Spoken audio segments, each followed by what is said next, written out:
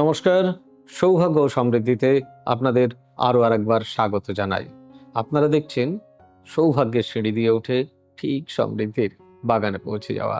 হ্যাঁ, এরই তো নাম সৌভাগ্য ও সমৃদ্ধি।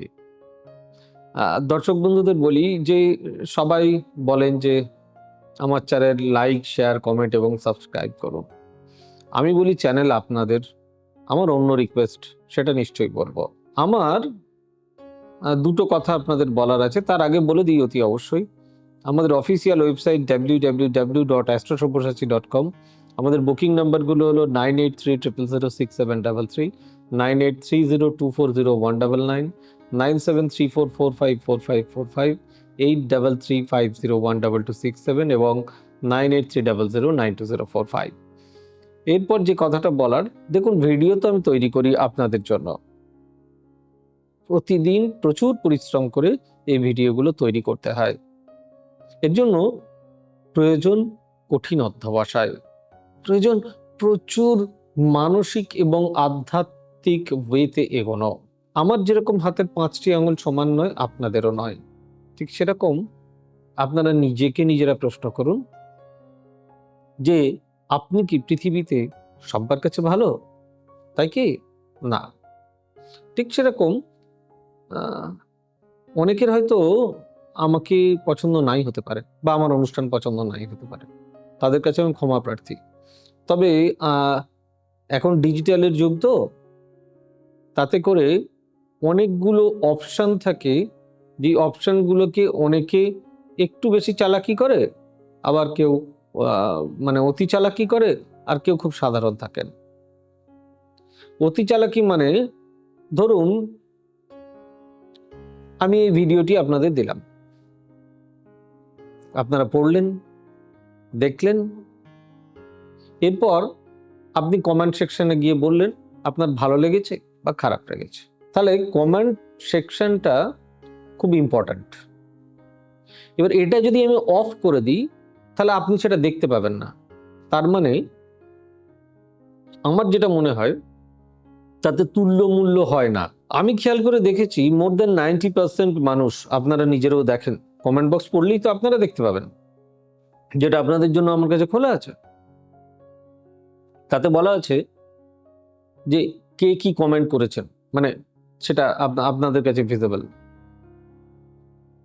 তো ন্যাচারালি তাতে আমি দেখেছি প্রায় 90% 95% মানুষ বলেন বেশ ভালো।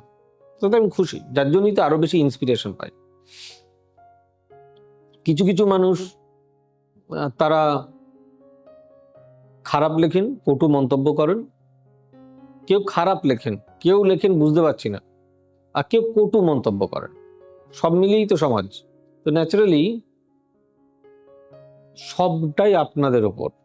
আমার দুটো রিকোয়েস্ট, একটা হচ্ছে অনুষ্ঠানটি পুরোটা স্কিপ করে না দেখা, যাতে করে আপনার কাছ থেকে কোনো তথ্য যদি, যেটা আপনার কাছে ইম্পর্টেন্ট হয়, যদি প্রোগ্রামটা আপনার কাছে ইনফরমেটিভ হয়, তাহলে সেটা যেন আপনার চোখ থেকে বেরিয়ে না যায়।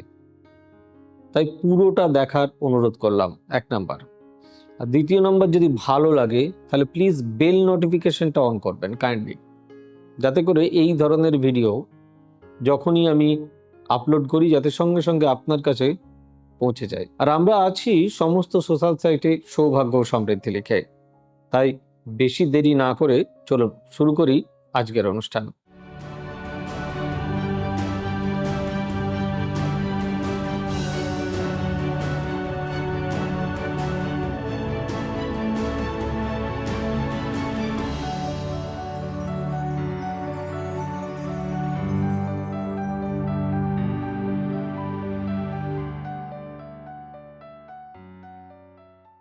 কর্মফল থেকে মুক্তি পাওয়ার আধ্যাত্মিক উপায় কি? আধ্যাত্মিক দর্শনে কর্মফল এমন এক শক্তি যা মানুষের প্রতিটি কাজ, চিন্তা এবং অনুভূতির ফল হিসাবে জীবনে ফিরে আসে। আমরা যা করি, যেমন ভাবি এবং অন্যের সঙ্গে যেমন আচরণ করি, তার প্রতিক্রিয়া কোনো না কোনোভাবে আমাদের জীবনেই ফিরে আসে। এটাই কর্মফলের মূল ধারণা। তাই অনেকেই জানতে চান, যদি কর্মফল আমাদের জীবনে কষ্ট, বাধা বা দুঃখ নিয়ে আসে, তবে এই কর্মফল থেকে মুক্তি পাওয়ার উপায় কি? কি তার সলিউশন হবে? কিভাবে তার থেকে আমরা বেরোবো?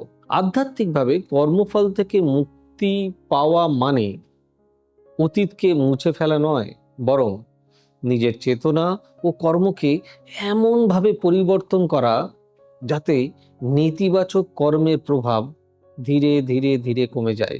এই মানে কি বলবো, এই মুক্তি আসে সচেতনতা, আত্মশুদ্ধি, ক্ষমা, সৎকর্ম এবং আত্মিক জাগরণের মাধ্যমে। প্রথম উপায় হলো নিজেকে সচেতন হওয়া। কর্মফল থেকে মুক্তির শুরু হয় তখনই যখন মানুষ নিজের কাজ, চিন্তা এবং আচরণের দায়িত্ব নিতে শেখেন। অনেক সময় আমরা কষ্ট পেলে শুধু বাইরের পরিস্থিতিকে দোষ দিই, কিন্তু নিজের ভেতরে দিকে একদম তাকায় না। আধ্যাত্মিক ভাব বলা হয় নিজের ভুল, অহংকার, রাগ, লোভী বা নেতিবাচক আচরণকে চিনতে পারায় মুক্তির প্রথম ধাপ। যখন মানুষ বুঝতে পারেন যে তার প্রতিটি কাজের শক্তি আছে, তখন তার মধ্যে পরিবর্তন শুরু হয়। দ্বিতীয় উপায় হলো ক্ষমা করা এবং ক্ষমা চাওয়া। রাগ, অভিমান এবং প্রতিশোধের মানসিকতা নেতিবাচক কর্মফলকে আরো শক্তিশালী করে। কিন্তু যখন আমরা কাউকে আন্তরিকভাবে ক্ষমা করি, তখন সেই নেতিবাচক শক্তির চক্র ভাঙতে শুরু করে। একইভাবে নিজের ভুলের জন্য অনুতপ্ত হওয়া এবং প্রয়োজনে ক্ষমা চাওয়া কর্মফলকে হালকা করে দেয়। ক্ষমা শুধু অন্যকে মুক্তি দেয় না, নিজের আত্মাকেও মুক্ত করে। এবার আসবো তৃতীয় উপায়, সৎ কর্ম করা। নেতিবাচক কর্মফল কমানোর সবচেয়ে শক্তিশালী উপায় হলো ইতিবাচক কর্ম সৃষ্টি করা, অন্যকে সাহায্য করা, সত্য বলা, নিঃস্বার্থভাবে ভালো কাজ করা এবং সৎকর্ম মানুষের জীবনে নতুন শুভ শক্তি তৈরি করে। আধ্যাত্মিকভাবে বলা হয়, ভালো কাজ পুরনো নেতিবাচক শক্তিকে ধীরে ধীরে রূপান্তরিত করে। চতুর্থ উপায় হলো ধ্যান বা আত্মশুদ্ধি। ধ্যান মানুষের মনকে শান্ত করে এবং ভেতরের অস্থিরতা কমায়। যখন মন শান্ত হয়, তখন মানুষ নিজের কর্ম, অনুভূতি এবং অভ্যাসগুলোকে স্পষ্টভাবে দেখতে পারে। ধ্যানের মাধ্যমে মানুষ নিজের ভেতরের নেতিবাচকতা ছেড়ে দিতে শেখে। এই আত্মশুদ্ধি কর্মফল থেকে মুক্তির একটি গভীর পথ। আরেকটি গুরুত্বপূর্ণ উপায় হলো আসক্তি কমানো। অনেক কর্মফলের মূলেই থাকে অতিরিক্ত আসক্তি, মানুষ, সম্পর্ক, ফলাফল বা ইচ্ছার প্রতি। যখন আমরা কোনো কিছুর প্রতি অতিরিক্ত আসক্ত হই, তখন সেই আসক্তি নতুন কর্মবন্ধন তৈরি করে।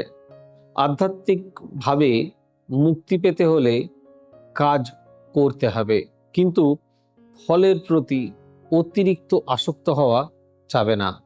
এটি কর্মকে হালকা করে। কৃতজ্ঞতা চর্চা করা ভীষণ প্রয়োজন ও কর্মফল এর থেকে মুক্তির একটি শক্তিশালী উপায়। কষ্টের মধ্যেও কৃতজ্ঞতা ধরে রাখতে পারলে মানুষের চেতনা বদলে যায়। অভিযোগের মানসিকতা নেতিবাচক শক্তি বাড়ায়, কিন্তু কৃতজ্ঞতা ইতিবাচক শক্তি জাগায়। যখন মানুষ যা আছে তার জন্য কৃতজ্ঞ হয়, তখন সে ভেতরের শান্তি অনুভব করে, আর সেই শান্তি কর্মফলের প্রভাব কমাতে সাহায্য করে। আরও একটি গভীর উপায় হলো আত্মিক জাগরণ। যখন মানুষ বুঝতে পারেন যে সে শুধু শরীর বা পরিস্থিতি নয়, বরং এক গভীর চেতনার অংশ, তখন কর্মফলের প্রতি তার দৃষ্টিভঙ্গি বদলে যায়। তখন সে কষ্টকে শাস্তি হিসাবে নয়, শিক্ষা হিসাবে দেখতে শেখেন।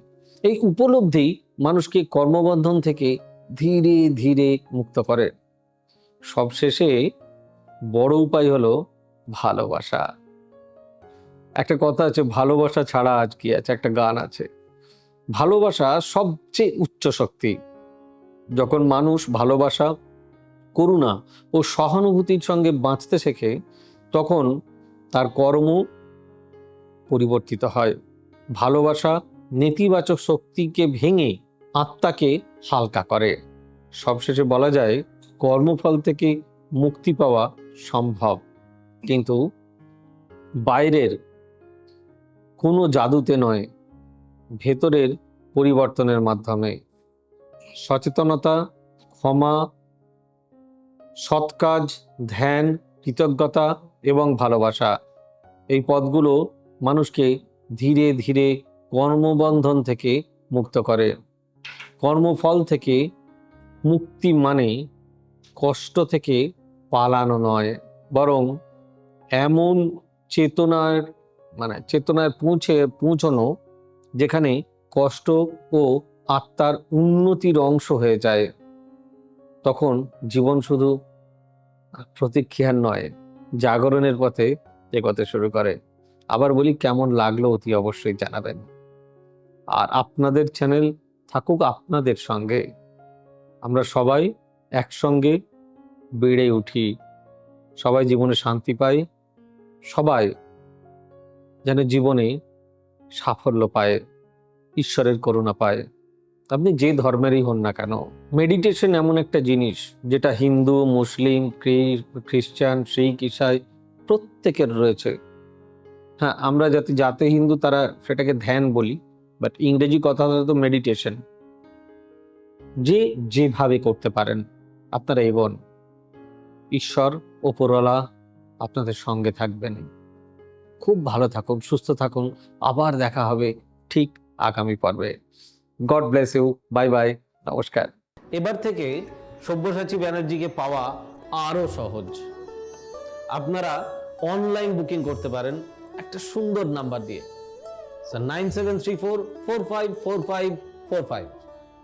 আপনারা পাবেন ফেসবুক, ইউটিউব এবং ইনস্টাগ্রামে। আপনাদের চোখ থাকুক সৌভাগ্য ও সমৃদ্ধিতে। চোখ রাখতে পারেন আমার ওয়েবসাইটে www.astrosabbyasachi.com।